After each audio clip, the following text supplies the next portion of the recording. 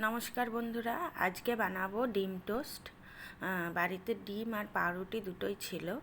আমি অল্প করে পেঁয়াজ কুচি আর লঙ্কা কুচি করে নিয়েছি, তার মধ্যে একটা ডিম ফাটিয়ে নিয়েছি আর অল্প একটু লবণ দিয়ে নিয়েছি। চাটুতে অল্প একটু সর্ষের তেল গরম করে তার মধ্যে ডিমটা দিয়ে ভালো করে ডিমটা স্প্রেড করে নিয়ে কোয়াটার পাউরুটি ছিল, সেই কোয়াটার পাউরুটিটা মাঝখান দিয়ে পিস করে নিয়ে তার ডিমের উপর দিয়ে দিয়েছি, দিয়ে ভালো করে এপিট ওপিট করে ভেজে নিয়েছি। নেওয়ার পরে তারপরে থালার মধ্যে তুলে রেখে তার উপর হালকা একটু গোলমরিচের গুঁড়ো দিয়ে নিয়েছি। লাস্টে সবার শেষে থালাতে যখন তুলেছি খাওয়ার সময় একটুখানি সস দিয়ে নিয়েছি। তোমাদের কেমন লাগলো সেটা জানিও।